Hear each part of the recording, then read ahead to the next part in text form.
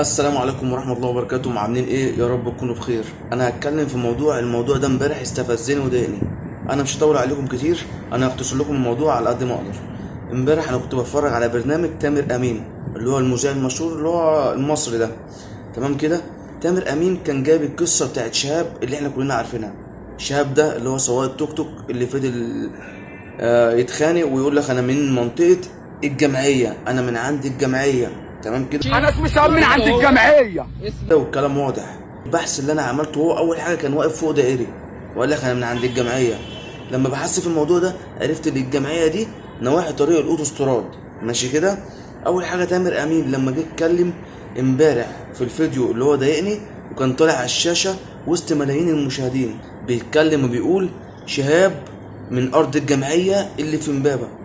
الراجل بلغ عن نفسه، قال لهم انا شهاب فلان واسمي كذا وانا راجع دلوقتي على بيتنا اللي في ارض الجمعيه اللي في امبابه، يعني اللي عايز يجي اتفضل. طب دلوقتي يا استاذ تامر يا امين، قبل ما تطلع تقول كلمتك على الشاشه اللي هيشوفها ملايين المشاهدين، لازم تتاكد من معلومتك قوي يا استاذ تامر، عشان ما تزعلش حد منك، عشان ما تخسرش ناس من اللي هي بتتابعك او ناس من اللي هي بتحبك. اول حاجه انت كنت المفروض تتاكد من الاعداد اللي بيبلغك بالاخبار. انت شفت امبابه؟ انت نزلت امبابه ولا انت بتسمع عن امبابه؟ عشان مش كل حد يطلع على الشاشه كل ما تحصل جريمه او كل ما تحصل نصيبه بره يقول لك ده من امبابه. بص بتوع امبابه، امبابه مش ناقصه حد يوحش في شكلها. الحمد لله امبابه معروفه باخلاقها وبجدعنتها وبكرامتها. هو ده اللي مسيط امبابه، اللي كل الناس اللي فيها ناس جدعه بتفهم في الاصول، ناس محترمه. واي منطقه في الدنيا فيها مشاكل وفيها الوحش وفيها الحلو. انا بقول انا من امبابه، ما بقولكش عن منطقتي اللي هي يعني كلها ناس فاهم مقنعين وكلها ناس خطرين وفاهم وسمرايد، كلها ناس بتدبح. لا، مفيش الكلام ده. كل منطقة فيها الوحش وفيها الحلو.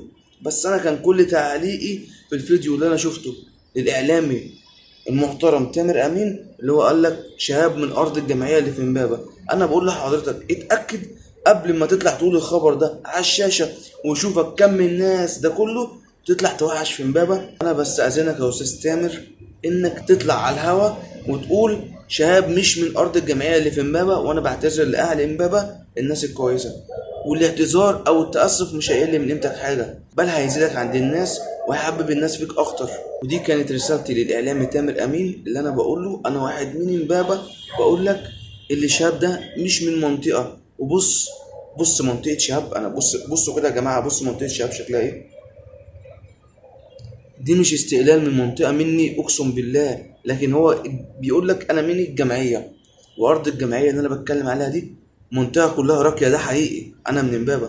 منطقة كلها راقية، ناس محترمة جدا، ناس يعني ما فيهاش الكلام ده خالص.